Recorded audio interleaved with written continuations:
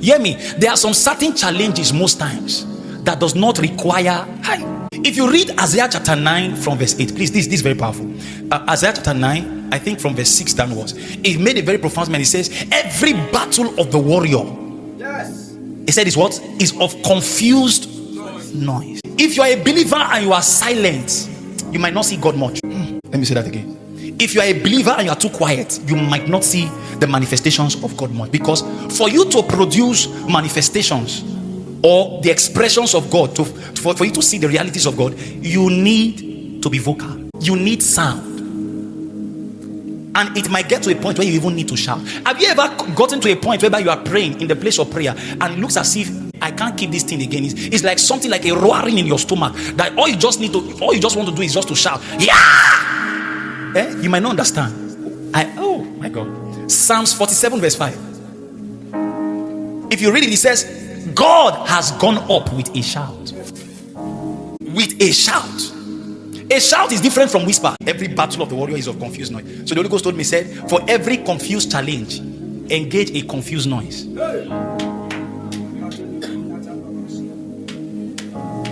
You know, some persons meet me and say, sir, I don't understand. I've tried everything possible. I'm here. This thing is just, it's a mystery. You don't engage mysteries with normal engagement. You engage mysteries with mysteries. When you see some persons pray, I was in one prayer meeting and humorously, I had to say, God, please answer that guy prayer. Lord, answer. Because he held the window. You know, I said, God, I beg, answer. But you will not understand. People will criticize them. Their persons now criticizing people, different prayer postures and order and everything. You might not understand. You know, when you are getting blessed, money and everything, there's no need again for you to pray. So when you see people who are desperate, praying, say, hear me, if you are here and don't pamper challenges that are so intense, don't pamper it. Don't make it a status quo. Hi, was it someone I was sharing with? I said I went to a meeting and I was praying for people with blind, people who could not see and all that, you know, short-sightedness and all that. While others were getting healed, there was this particular lady. I saw her, she was just standing like, and I went, I said, why are you standing like this? He said, sir, it cannot happen. I said, what do you mean by it cannot happen? You are seeing people heal. He said, my grandmother used eyeglass till she died. My mother too used eyeglass. Still using eyeglass.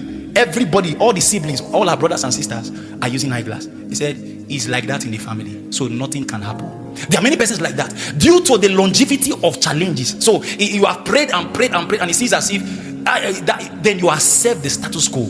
I'm tired of the status quo. There's gotta be more than this. I'm tired of the status quo. There's gotta be more than this. There's gotta be more, gotta be more. There's gotta be more than this. Yeah, there's gotta be more, gotta be more. There's gotta be more than this. The part I like is, it says, desperate people do desperate things. Hi, listen. When you get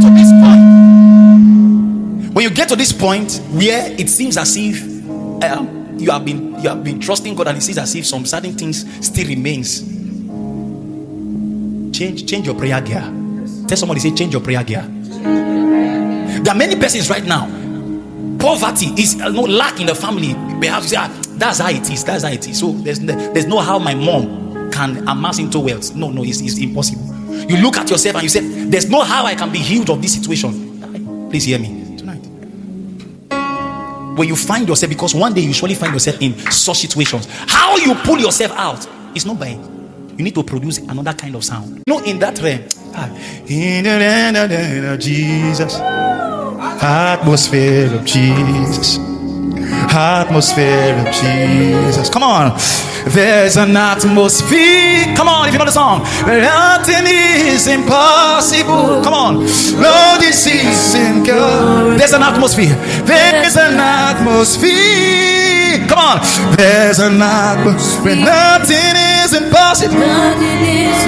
No disease incurable. No disease incurable. There's an atmosphere. You know why I love the presence of God? My God, overnight it can change you. Sincerely speaking, change you. There are some walls that cannot come down through silence. There are some walls that can only come down through a shout. And he gave an instruction. Hear me. If you are one in synchrony with the Holy Ghost, hear me. Most times the Holy Ghost is ever dynamic. It's not every time, always, he will tell you to just maybe whisper prayers or confessions. There are times he will tell you shout. There are times he will tell you to jump.